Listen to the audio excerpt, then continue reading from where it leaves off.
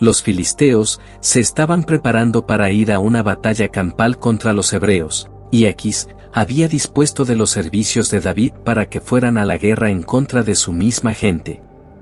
Lógicamente, era una batalla donde iban los 5 príncipes de Filistea, pero solo Aquis era quien consentía la presencia de David entre sus filas. Pero resulta que los otros 4 príncipes filisteos, al ver a David, no le tuvieron confianza alguna. Y le exigieron a Aquis que de manera inmediata hiciera que David se regresara hasta Ziklag, lugar que Aquis le había asignado, ya que temían que en medio de la guerra fueran traicionados por este hebreo. A Aquis no le quedó de otra que obedecer a los otros 4 príncipes. Y le dijo: David, yo quiero que vengas conmigo a esta guerra, porque yo confío ciegamente en ti, pero los demás que son mayoría, no te quieren en esta guerra. Así que a David no le quedó de otra que regresarse a Ziklag.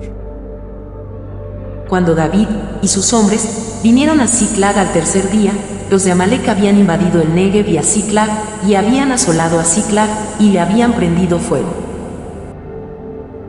La pregunta que nos haremos es la siguiente: ¿de dónde salieron estos amalecitas, si supuestamente Saúl los había exterminado hacía unos años atrás? Pues, todo parece indicar que no fueron erradicados en su totalidad, y que nuevamente volvieron a proliferar. David tenía 3 días enfilado con los filisteos, y cuando llegaron de regreso a Ziklag, se encontró que a esta aldea la habían saqueado los amalecitas y le habían prendido fuego. Sus habitantes habían sido tomados como rehenes, incluyendo a la familia de David. Vino pues David con los suyos a la ciudad, y he aquí que estaba quemada, y sus mujeres, y sus hijos e hijas, habían sido llevados cautivos. No se debe malinterpretar este texto, pensando que David tenía hijo e hijas para ese momento, ya que David solo tendría sus hijos luego de ser instaurado como rey en Hebrón. Cuando se habla de sus mujeres, sus hijos e hijas, se refiere a las mujeres de sus compatriotas que luchaban a su lado. Se formó una revuelta, y los pocos que quedaron estaban tan enojados que querían apedrearlo. Así que, en medio de su dolor, David le pide a Abiatar, el hijo de Ahimelech, quien se había salvado de la mano del rey Saúl, que le acerque el efod para consultar a Jehová, ya que eso no se quedaría así. La respuesta de Jehová fue que los persiguiera, que fuera tras ellos, porque los alcanzaría y rescataría a todos los cautivos. Así que salió David y sus 600 hombres a perseguir a los amalecitas. Pero al llegar a un torrente llamado Besor, había muchos hombres que estaban cansados, ya que habían estado por muchos días fuera de casa, luchando contra los filisteos. Y no pudieron pasar el torrente, y David le da su permiso para que se queden allí aguardando hasta que ellos regresen. Partió David con 200 hombres menos, y más adelante se consiguieron con un hombre que estaba en muy malas condiciones físicas. Lo trajeron ante David, le dieron pan y agua, y lo alimentaron bien hasta que pudo hablar, y lo primero que hizo fue darles las gracias, ya que tenía 3 días y 3 noches que no comía nada. ¿Quién eres tú, y de dónde eres? El hombre, inocentemente sin saber quiénes eran esta gente que lo habían ayudado, comenzó a decir todo. Primero les dice que es egipcio, y que trabajaba para una amalecita. Su patrón lo había abandonado hacían 3 días, porque lo vio enfermo. Habían saqueado y quemado a varias ciudades, entre ellas Ziklag. David le debe haber dicho: Ah, muy bien, pero resulta que mi familia está cautiva en manos de los amalecitas, porque todos los que ves aquí somos moradores de Ziklag, y nos encontramos solo con los escombros. ¿Se pueden imaginar la cara que puso el egipcio? Seguro que pensó que era hombre muerto, pero David astutamente le dice: Ahora, tú nos llevarás hasta donde están ellos, porque tú sabes dónde se esconden. El egipcio le suplica que por favor no lo maten, que él lo llevará hasta donde cree se puedan encontrar, ya que, como había sido abandonado, sabía hacia dónde se dirigían. Así lo hizo, y los llevó hasta donde estaban los amalecitas, celebrando y festejando del botín. David los atacó, y solo pudieron huir 400 jóvenes que huyeron en camellos, mientras que el resto pereció en manos de David y sus 400 hombres.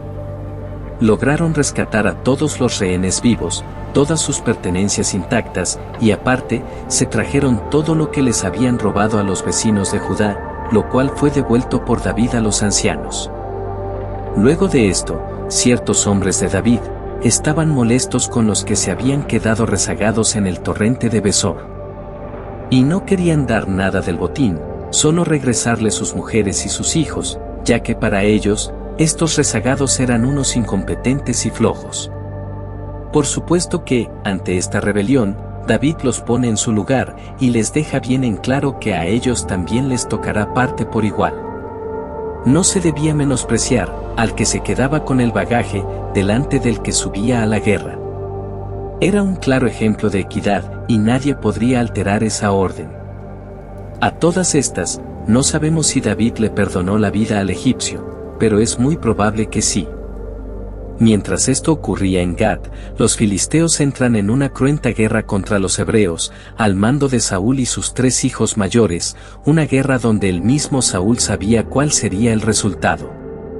En el monte Gilboa, Saúl se vio acorralado, y huyendo, vio que no tenía escapatoria alguna, y cuando ya no podía más, se paró en su camino, y le pidió a su escudero que lo traspasara con su espada. Pero el escudero no le obedeció. En vista de la negativa de su escudero de matarlo, tomó su propia espada y se echó sobre ella, para herirse él mismo. Y su escudero, a verlo sangrando sobre su espada, y creyendo que estaba muerto, también hizo lo mismo, y murió encima de su espada. Pero Saúl no murió del todo en ese momento, sino, que cuando agonizaba sobre el piso pasó una amalecita, y lo vio tirado en el suelo. Cuando Saúl lo vio le preguntó que quién era, y él le dijo, soy amalecita. Saúl le pide que por favor le quite su sufrimiento, y que se suba sobre su cuerpo para lograr que su espada lo atravesara bien, y poder morir, evitando su agonía.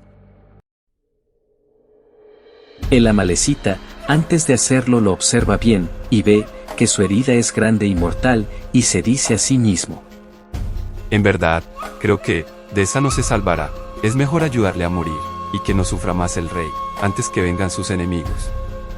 Y sus enemigos ya pasaban cerca de donde ellos estaban. Así que procedió a matarlo, luego le quitó su corona y su brazalete, y se fue corriendo a dar la noticia. Ese día, los filisteos hicieron estragos, matando a mucha gente. Cayeron Saúl y 3 de sus hijos. Los hebreos, al oír de la muerte de Saúl y sus hijos, comenzaron a abandonar las ciudades, las cuales fueron tomadas por los filisteos. Solo se sabe que pudo escapar el hijo menor de Saúl, llamado Isboset, que para ese entonces tendría unos 35 años. También se salvaron su hija menor Mical, y un hijo de Jonatán, llamado Mefiboset, que para ese momento solo contaba con 5 años. Por cierto, en plena huida, y debido a la carrera, este pequeño, mientras era cargado por su nana, se le cayó de entre sus manos, y sufrió una aparatosa caída, que lo dejaría lisiado de por vida. Con Saúl, murieron sus 3 hijos mayores, Jonatán, Abinadab, y Malquisúa, y muy probablemente Merab y su esposo Adriel, los cuales ya habrían procreado 5 hijos, que apenas eran unos niños. Estos hijos de Merab, lograron escapar al lado de Mical, quien se encargaría de criarlos como si fuera su propia madre. Al día siguiente, cuando los filisteos hacían sus rondas por el monte Gilboa, se encontraron con los cuerpos de Saúl y sus 3 hijos. Al cuerpo de Saúl lo decapitaron, y pusieron su cuerpo junto con el de sus hijos, en el muro de una plaza llamada Betzán. Y la noticia corrió como pólvora, y los de Jabes de Galaad, que están del otro lado del Jordán, caminaron toda una noche para rescatar los cuerpos, y se los llevaron hasta Galaad. Dice la Escritura, que quemaron sus cuerpos, y que sepultaron sus huesos debajo de un árbol. Esto nos hace suponer, que solo le prendieron fuego a los cuerpos para que se consumieran sus carnes, dejando sus huesos intactos. Una cosa que queda en incógnita, es que desconocemos, si encontraron la cabeza de Saúl, ya que lo más probable es que se la hayan llevado hasta las ciudades filisteas como un trofeo, tal y como lo hicieron con sus armas. Ahora bien, aquel joven amalecita, que ayudó a matar a Saúl, fue a parar hasta donde estaba David, en Ziklag. Hacían 3 días que David había peleado contra los amalecitas cuando le llegó la noticia. Si detallamos bien la historia de este joven amalecita cuando es interrogado por David, observaremos muchas cosas inusuales. Por ejemplo, Y le preguntó David, ¿de dónde vienes? Y él respondió, me he escapado del campamento de Israel. ¿qué hacía un amalecita enrolado en el ejército de Saúl? Este joven es quien cuenta a David sobre todo lo sucedido en la guerra contra los filisteos, la huida y la muerte de Saúl y sus 3 hijos. A lo largo de la historia bíblica, siempre hay alguien que escapa para dar la noticia. Recordemos el caso más cercano, el de Abiatar, único hijo sobreviviente del sacerdote Ahimelech, y que al igual que este joven, vino en su huida a parar al campamento de David. Otro ejemplo. El joven, que le daba las nuevas, respondió, casualmente vine al monte de Gilboa, y hallé a Saúl que se apoyaba sobre su lanza, y venían tras él carros y gente de a caballo. ¿Casualmente? ¿Acaso no venía este joven huyendo de los filisteos? Parecen palabras, más bien, de alguien que estuviera de paseo, o pastoreando por esos lados, o cazando, pero más nunca como de alguien que huye despavorido de sus enemigos. Lo otro que nos llama la atención, es que dice, venían tras él, carros y gente de a caballo. Pero, ¿cómo, si no fue hasta el día siguiente que fue encontrado su cuerpo y el de sus hijos? Lo cierto del caso, es que a este amalecita, lo usó Jehová, para llevar la corona, y el brazalete del rey, hasta el legítimo heredero, David, puesto que no podía quedar en manos de los filisteos, ni en las manos de Abner. Abner, quien era primo de Saúl, y comandante de sus ejércitos, había logrado escapar también. A este joven amalecita, lo usó Jehová, como cuando usó las vacas para regresar su arca, cuando fue secuestrada por los filisteos, hacía 94 años atrás. Estas vacas, sin arriero, sin hombre alguna que las condujera, y abandonando a sus crías recién nacidas, partieron con el arca a cuestas, y llegaron hasta tierras hebreas, lugar a donde pertenecía el arca. Así pasó con este joven, quien partió con la corona del rey, y fue a dar directamente hasta donde se encontraba David, en tierras filisteas. Pero lejos de pensar que había actuado como héroe, David no lo vio así. Y habiendo confesado, que se prestó para dar muerte a Saúl en su lecho de muerte, esto fue considerado un acto de abominación en contra de un ungido de Dios. No importaba que tan grave fuera su estado, jamás debió haberlo hecho. Y David, lejos de pagarle con agradecimiento, por haberle buscado para darle la noticia, y entregarle su corona y brazalete, dio la orden de ejecutarlo inmediatamente. Y así como aquellas vacas fueron sacrificadas en holocausto a Dios, así este joven fue sacrificado en el mismo sitio donde llevó la corona del extinto rey. David, a pesar de que Saúl vivió sus últimos años para perseguirlo y tratar de matarlo, nunca tuvo en mente pagarle ese mal con mal, siempre sintió temor y respeto hacia Saúl, ya que fue un ungido de Dios. Pero Saúl siendo desechado por Dios, no entendemos por qué David sentía aún tanto temor. Más bien, Jehová se había convertido en su enemigo. ¿Acaso se olvidaba David, que Saúl acabó con la vida de toda la casa de Ahimelech, y casi un centenar de sacerdotes de Nob? ¿No se ensañó contra los gabaonitas, que estaban bajo juramento de Dios para preservarles la vida? El hecho de que una vez fuera ungido por Dios, no le daba el derecho de exterminar a placer por un simple capricho. Así como David defendió el derecho a la vida de Saúl, matando al joven amalecita, ¿por qué no defendió el derecho a la vida de los 85 sacerdotes de Jehová, que inocentemente murieron en manos de Saúl?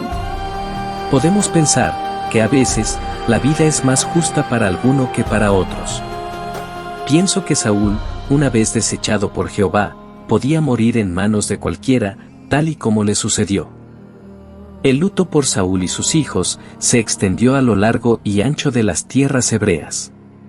Y el reflejo del dolor de David, por haber perdido a Saúl y a su adorado amigo Jonatán, se hizo público, e hizo endecha sobre ellos. Habían pasado ya 1 año y 4 meses desde que David vivía entre los filisteos, y 40 años desde que Saúl había sido proclamado rey sobre Israel.